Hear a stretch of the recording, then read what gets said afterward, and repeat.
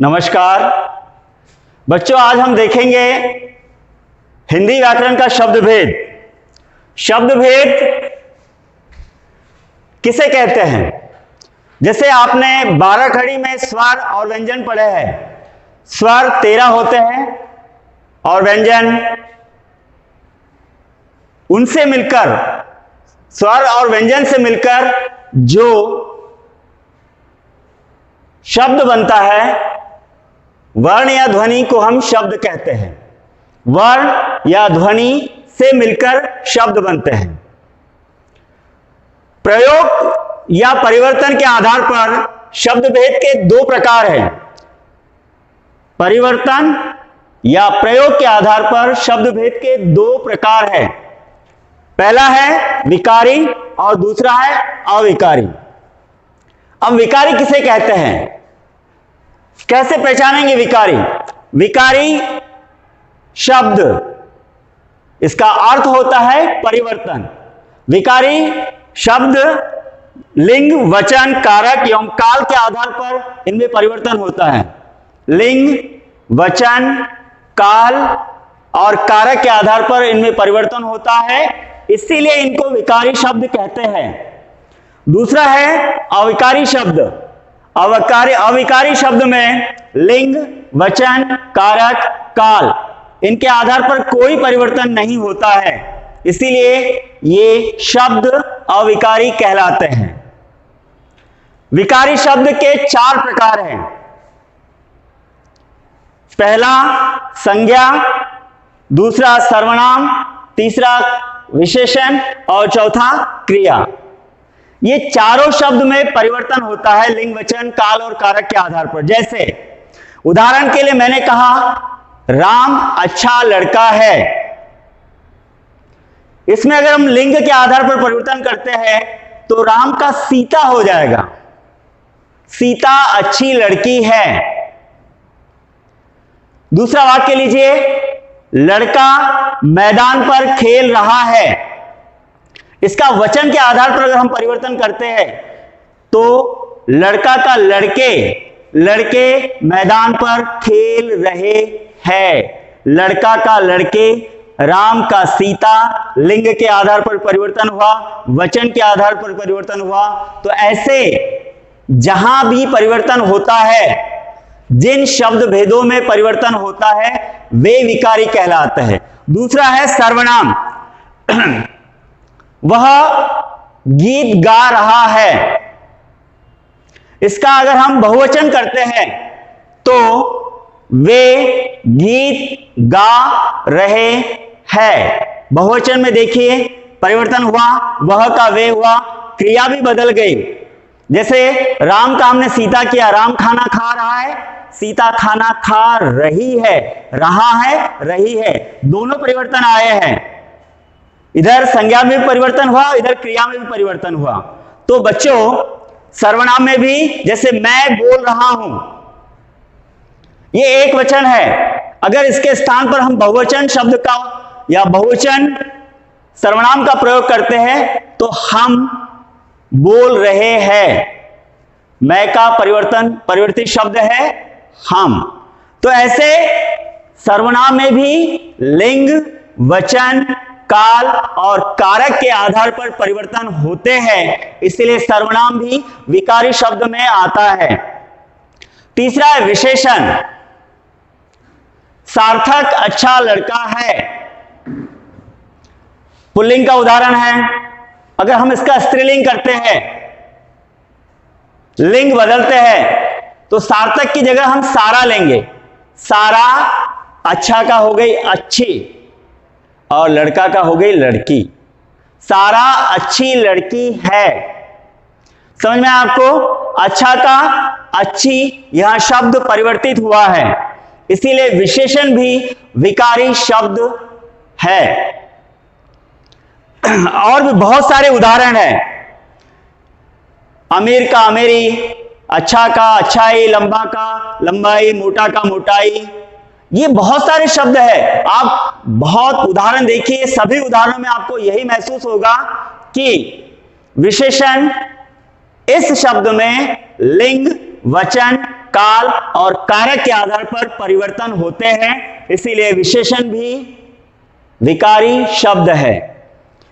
आखिरी है क्रिया। क्रिया विकारी शब्द है, क्यों है? उसके उदाहरण देखिए। राधा खत लिख रही है, यह स्त्रीलिंग का उदाहरण है। राधा का आप लिंग परिवर्तित कीजिए, राधेय लीजिए। राधेय खत लिख रहा है। समझ में आया? समझ में आप लोगों को?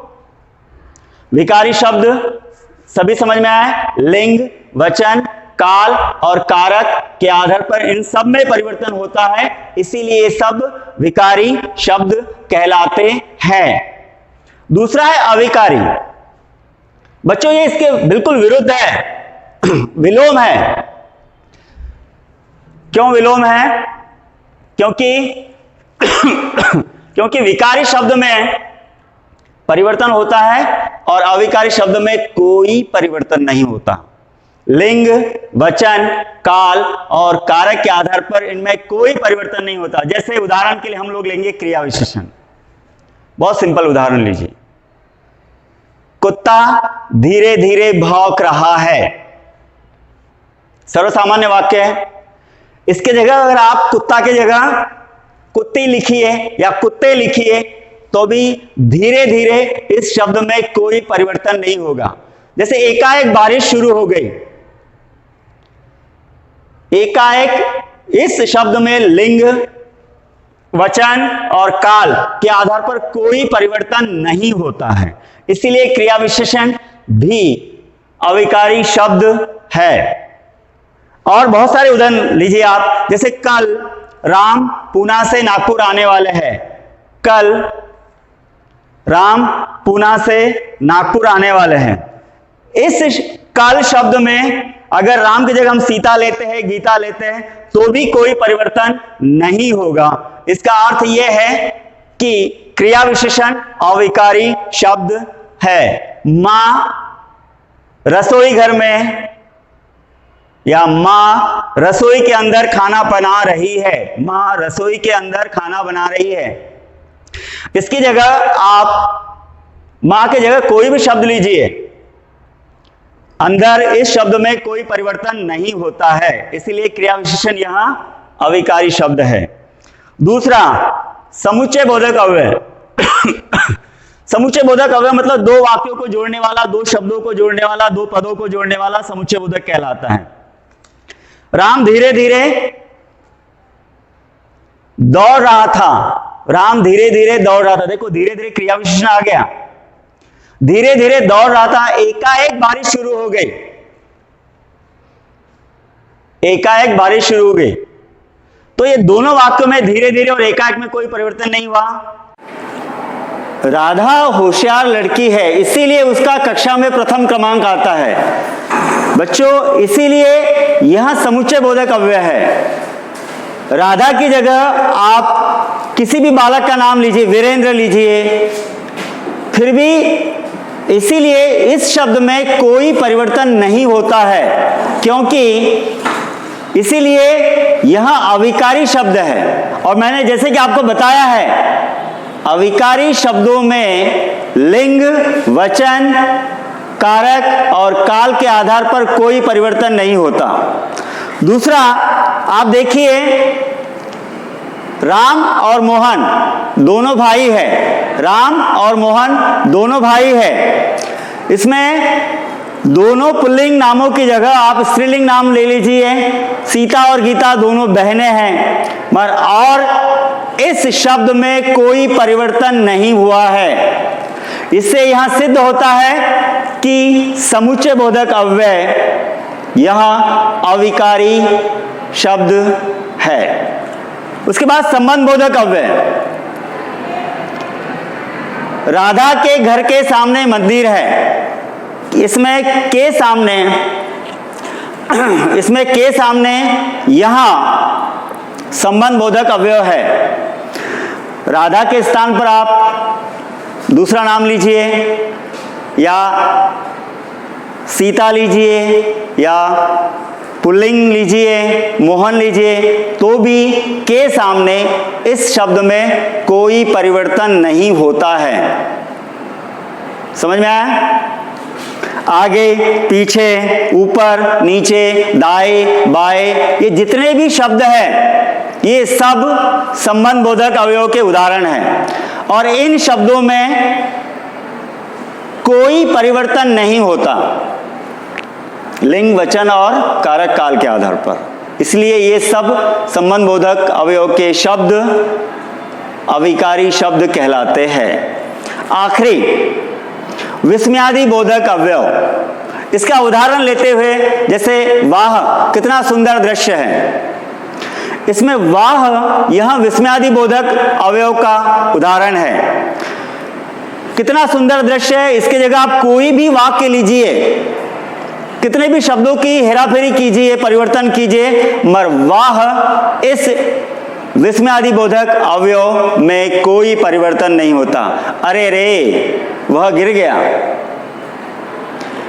यहां अरे रे यहां विस्मयादि बोधक अवयव है। अरे रे इस शब्द में लिंग, वचन, कारक, काल के आधार पर कोई परिवर्तन नहीं होता। ऐसे कई विस्मयादि बोधक अवयव के उदाहरण हैं जो आप दिन प्रतिदिन अध्ययन करते हैं, उन्हें देखिए और कोशिश कीजिए उनमें परिवर्तन होता है क्या। बिल्कुल परिवर्तन नहीं होगा लिंग, वचन, कारक, काल के आधार पर, इसलिए विस्मयादि बोधक अवयव भी अविकारी शब्द है। बच्चों, आज हमने शब्द भेद, यहाँ हिंदी का व्याकरण पढ़ा। शब्द भेद किसे कहते हैं, शब्द किसे कहते हैं, शब्द भेद के कितने प्रकार हैं, विकारी अविकारी, विकारी के कितने प्रकार हैं, अविकारी के कितने प्रकार है, यह सब आपने अध्ययन किया। मुझे उम्मीद है आप सबको बहुत अच्छे से समझ में आया होगा। इसके बाद का अविकारी के प्रकार का पहला प्रकार जो है संज्ञा, उसका वीडियो हम आगे दिखाएंगे। तब तक के लिए धन्यवाद।